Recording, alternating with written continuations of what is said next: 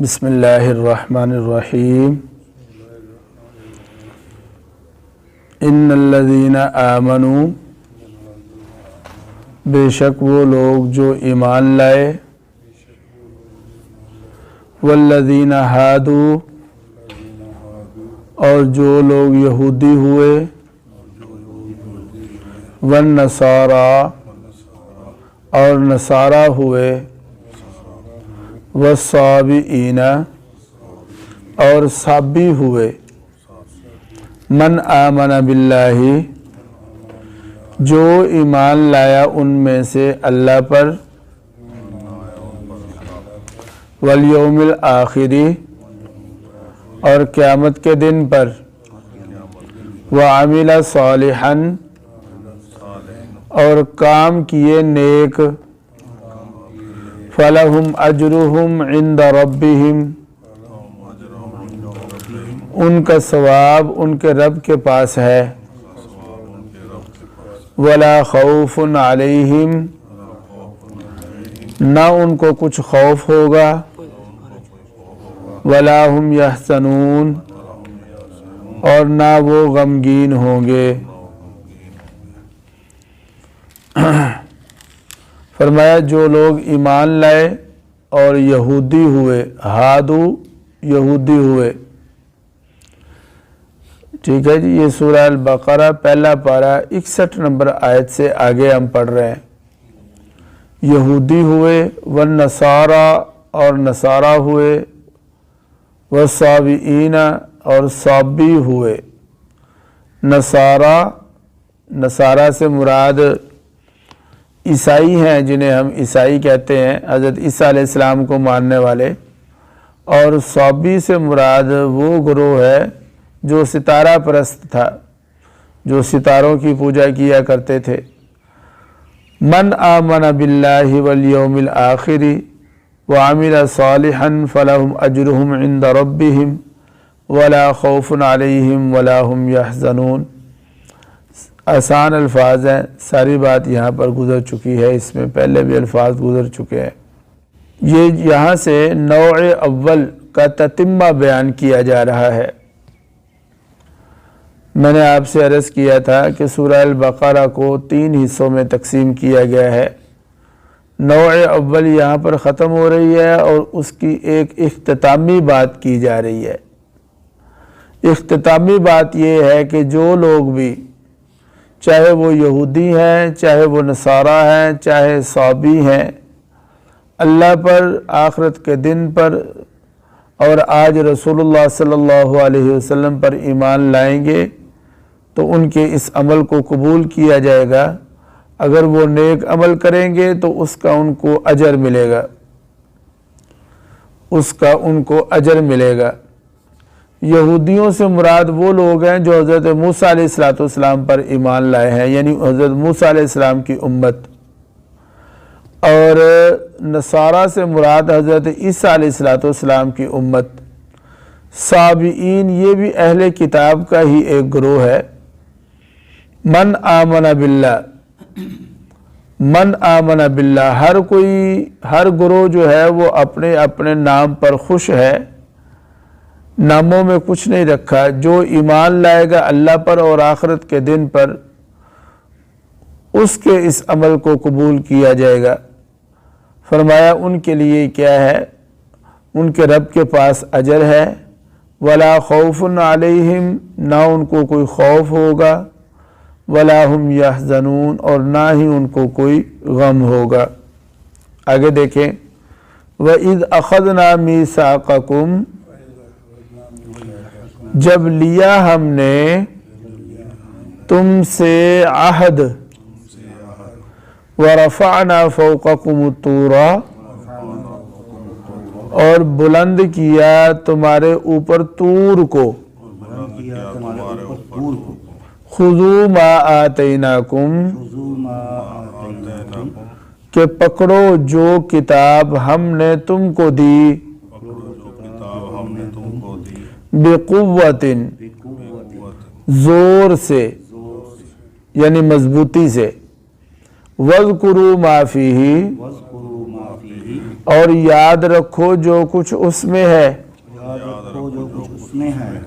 لعلکم تتقون لعلکم تتقون تاکہ تم ڈرو تاکہ تم ڈرو ثم تولیتم من بعد ذالک ثم تولیتم من بعد ذلك پھر تم پھر گئے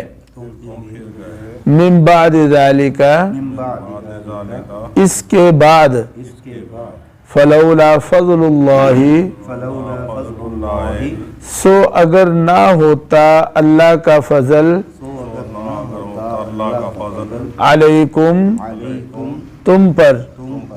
ورحمتہ ورحمتہ اور اس کی رحمت اور اس کی رحمت لکنتم من الخاسرین من الخاسرین تو ضرور تم خراب ہونے والوں میں ہوتے ضرور تم خراب ہونے والوں اخذنا اخذنا لفظ ہے اس کا معنی ہوتا ہے اخذا کا معنی ہوتا ہے لینا کسی چیز کو پکڑنا اخذنا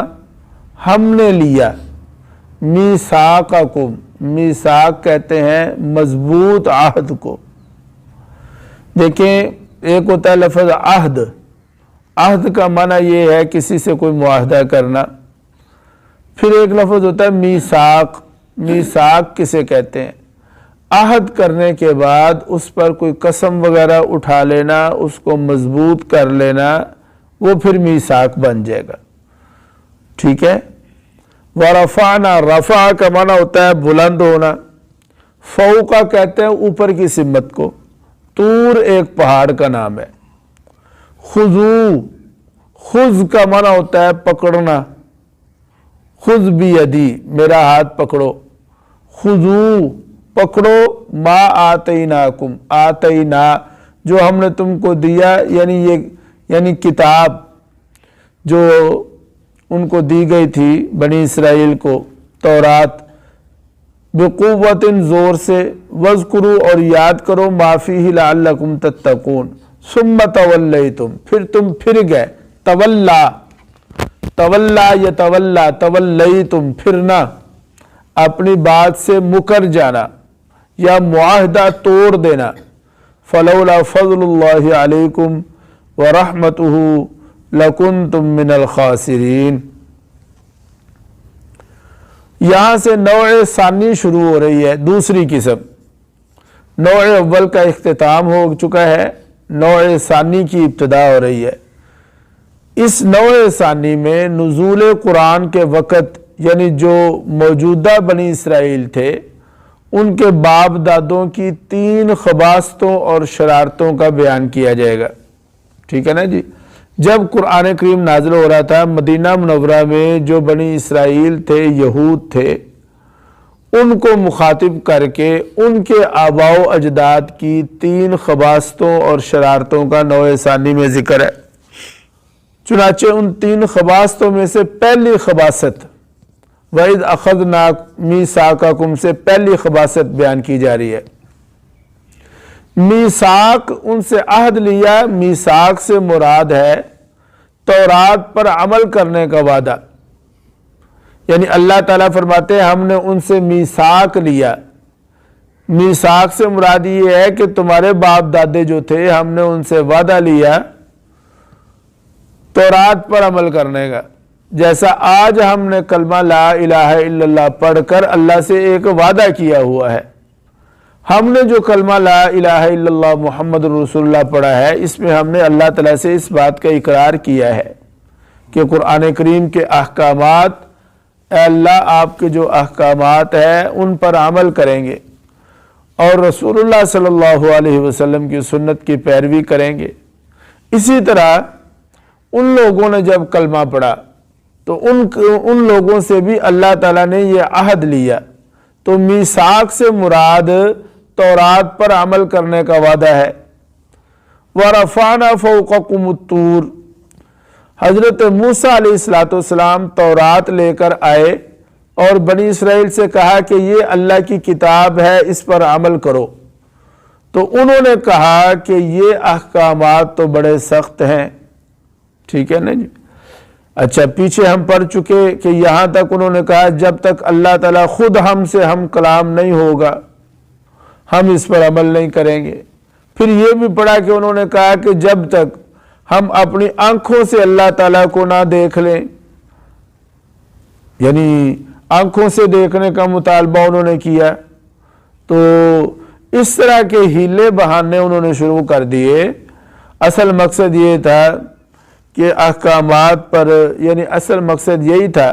کہ عمل نہ کیا جائے، ہٹ درمی سمجھ لیں. چنانچہ موجودہ دور میں بھی آج کل مغرب زدہ جو لوگ ہیں لبرل، ان کا بھی یہی کام ہے، ہیلے بہانے ڈھونڈتے ہیں عمل نہ کرنے کے. ایک بات یاد رکھیں، یہ جو رعایت ہے نا جی، رعایت یہ اس شخص کے لیے ہے جو عمل کرنا تو چاہتا ہے لیکن عمل کر نہیں پا رہا. میری بات آپ سمجھ رہے ہیں؟ مثال کے طور پہ ایک آدمی نماز پڑھنا چاہتا ہے، ایک آدمی نماز پڑھنا چاہتا ہے لیکن وہ کھڑا نہیں ہو پا رہا، بیمار ہے، کوئی عذر ہے، تو اس کو رعایت دے دی گئی کہ تم بیٹھ کے پڑھ لو. لہذا رعایت اس شخص کے لیے ہے کہ جو عمل کرنا چاہ رہا ہے. یا رمضان المبارک کا موقع ہے، اگر روزہ ہے، ایک آدمی بیمار ہے، روزہ نہیں رکھ سکتا، تو اس کو یہ دے دیا گیا کہ وہ دوسرے دنوں میں روزے رکھ لے، اس کی قضا کر لے. اگر قضا بھی نہیں کر سکتا، اتنا بیمار ہے، تو فدیہ دے دے. لیکن میں نے عرض کیا کہ رعایت کا تعلق اس بندے کے ساتھ ہے جو عمل کرنا چاہ رہا ہے لیکن یا اللہ، اور یہ کہتا ہے کہ یا اللہ میں عمل کرنا چاہتا ہوں لیکن میں کر نہیں پا رہا، بیمار ہوں، عذر ہے. رعایت کا تعلق اس بندے کے ساتھ نہیں جو عمل کرنا چاہتا ہی نہیں، اس کے لیے کوئی رعایت نہیں ہے. جیسا کہ آج کل میں نے عرض کیا کہ یہ لبرل طبقہ یا مغرب زدہ لوگ جو ہیں، ان کی نیت میں یہ جو ہیلے ڈھونڈ رہے ہوتے ہیں، بہانے تراش رہے ہوتے ہیں، اور اسلامی احکامات پر یہ کہہ رہے ہوتے ہیں کہ یہ احکامات سخت بڑے ہیں، یہ عمل کرنا ہی نہیں چاہتے، یہ عمل کرنا چاہتے ہی نہیں ہے. لہذا ان کے لیے رعایت کا کوئی تعلق نہیں ہے. بنی اسرائیل نے بھی ایسے ہی ہیلے بہانے ڈھونڈنے شروع کر دیے. تو اللہ تعالیٰ نے کیا کیا؟ فرمایا وَرَفَعْنَا فَوْقَكُمُ الطُّورَ، طور پہاڑ کو حضرت جبرائیل کو حکم دیا، طور پہاڑ کو اٹھا کر ان کے اوپر لا کر معلق کر دیا. وَرَفَعْنَا فَوْقَكُمُ الطُّورَ، اب نیچے بنی اسرائیل ہے، اوپر پہاڑ ہے. اب اللہ تعالیٰ کہہ رہا ہے کہ مانو ورنہ میں یہ ابھی پہاڑ تم پر گرا دوں گا اور تم سب کو ختم کر دوں گا، تباہ کر دوں گا. اسی واقعہ کی طرف اشارہ ہے. یعنی ان کی ہٹ درمی، ان کی ضد، ان کے عناد کا عالم یہ ہے کہ نوبت یہاں تک پہنچ گئی کہ طور کو ان کے اوپر معلق کرنا پڑا. اور پھر اس وقت فرمایا خذوا ما آتیناکم، پکڑو جو کتاب ہم نے تم کو دی. کتاب سے مراد میں نے کہا کہ تورات ہے. خذوا ما آتیناکم بقوت، مضبوطی سے. واذکروا ما فیہ لعلکم تتقون، اور اس کے احکامات کو یاد رکھو تاکہ تم ڈرو. ثم تولیتم، چنانچہ اے بنی اسرائیل تمہارے باپ دادے جو تھے، بنی اسرائیل کا ایک بہت بڑا دعویٰ یہ تھا کہ ہم انبیاء کی اولاد ہیں، ہمیں ضرورت نہیں ہے کسی اور نبی کی. چنانچہ فرمایا کہ اگر ایسی ہی بات ہے تو کیا تمہارے باپ دادے جو تھے انہوں نے یہ خباثت نہیں کی کہ جب طور پہاڑ ان کے اوپر آیا تو انہوں نے اللہ تعالیٰ سے وعدہ کیا کہ ہم مانیں گے، اور پھر جب طور پہاڑ کو نیچے دوبارہ زمین پر رکھ دیا گیا تو یہ پھر گیا اپنے وعدے سے. فرمایا ثم تولیتم من بعد ذلک فلولا فضل اللہ علیکم ورحمتہ لکنتم من الخاسرین، اگر اللہ تعالیٰ کا فضل اور اللہ تعالیٰ کی رحمت ان پر نہ ہوتی تو گویا کہ وہ تو ہلاک ہو گئے. آج بھی جو کچھ بھی ہم عمل کرتے ہیں اللہ تعالیٰ کی رحمت اور اللہ تعالیٰ کے فضل سے کسی عمل کی توفیق، کسی نیکی کی توفیق اور کسی برائی سے بچنا یہ ہمارے بس اور اختیار میں نہیں ہے، محض اللہ تعالیٰ کے فضل سے ہے، اللہ تعالیٰ کے رحم سے ہے۔ ٹھیک ہے جی، دیکھ لیں جی اس کو۔